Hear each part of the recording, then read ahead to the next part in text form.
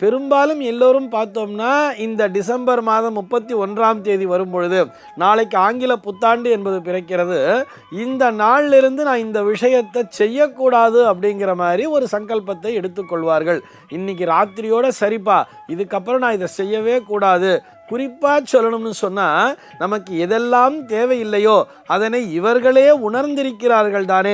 ஒரு மது அருந்துவர் என்ன பண்ணுவா, இன்னைக்கு ராத்திரியோட சரி, நாளையிலிருந்து நான் மது அருந்த மாட்டேன். அதே மாதிரி தொடர்ந்து புகைப்பிடித்து கொண்டிருப்பவர் இன்றைக்கு இரவோடு சரி, நாளையிலிருந்து நான் புகைப்பிடிக்கவே மாட்டேன் அப்படிங்கிற மாதிரி நிறைய சங்கல்பத்தினை வைத்துக் கொள்வார்கள் தெரியுமா. கொஞ்ச நாளைக்கு முடிஞ்ச வரைக்கும் அது ஒரு வாரம் காப்பாற்றுறதே ரொம்ப கஷ்டமாக இருக்கும். அதுக்கப்புறம் தொடர்ந்து அதே தவறினை செய்து கொண்டிருப்பார்கள். ஆனால் இங்கே கவனிக்கப்பட வேண்டிய விஷயம் என்ன தெரியுமா, அது தவறு என்பதை உணர்ந்திருக்கிறார்கள் தானே.